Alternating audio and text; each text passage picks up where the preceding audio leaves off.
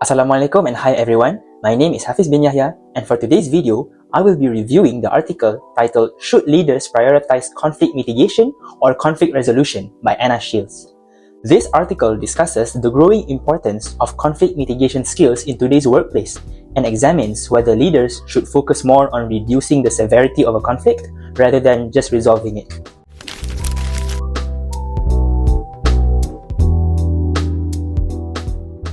Shields begins by distinguishing two important concepts.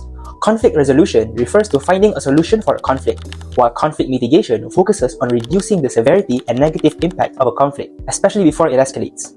The article highlights that conflict mitigation is becoming increasingly important for several reasons.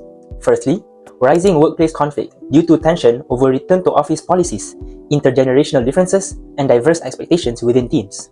Secondly, automation and AI, leading to job uncertainty and emotional stress. Third, declining emotional intelligence, making it harder for employees to communicate and manage emotions. And lastly, rising organizational cost of conflict. For example, workplace conflict costs UK organizations an estimated £28.5 billion a year. Shields argues that focusing too heavily on conflict resolution can sometimes create pressure for quick solutions, which may backfire. Instead, leaders should develop a range of conflict competencies that help employees manage conflict early and effectively. She proposes a strategic approach with 5 steps. Recognize conflict management as a strategic priority. Clearly define the competencies and skills needed. Identify gaps across HR and wider organization. Upskill employees through training that builds self-awareness and confidence. Ensure access to informal solutions processes like mediation. The key takeaway is that organizations should strengthen their overall conflict competence, not just rely on formal resolution after conflict has escalated. Personally, I agree with the argument that conflict mitigation should be prioritized alongside conflict resolution. In today's dynamic workplace, preventing conflict from escalating can save time, reduce stress, and protect productivity, a view strongly supported by the research I've done. Globally, many organizations are already emphasizing the importance of conflict mitigation skills, and one strong example is Google. Google builds psychological safety through culture of trust, openness, and transparent communication. This aligns with the research showing that a leader's cooperative conflict management style directly creates a positive team emotional climate, which is essential for preventing destructive conflict. The company also invests heavily in training programs that teach constructive communication skills, such as active listening and empathy. This is a powerful mitigation strategy, as studies show that a supervisor's active empathic listening can directly reduce the negative fallout of a conflict, stopping it from escalating into bigger problems like interpersonal deviance. Here in Malaysia, we can see a similar trend. A clear example is Max Automation, a Malaysian company that offers a structured program called Managing Conflict with Emotional Intelligence. The program's use of tools like the Thomas Kilmann conflict model is a proven method to help leaders become more self-aware of their conflict style, preferences, and build flexibility. Furthermore, by focusing on emotional intelligence, the program tackles the root of many conflicts. We know that emotional intelligence is fundamentally linked to effective conflict management and higher job satisfaction, making such training a direct investment in mitigation.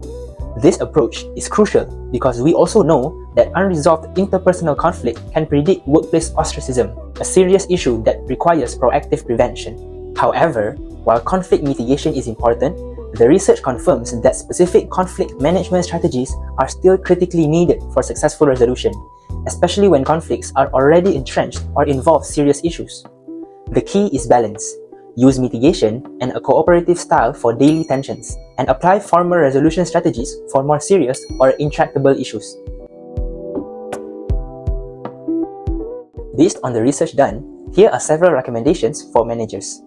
Treat conflict management as a strategic priority, integrating it into leadership development as it is a key skill that differentiates average leaders from effective ones.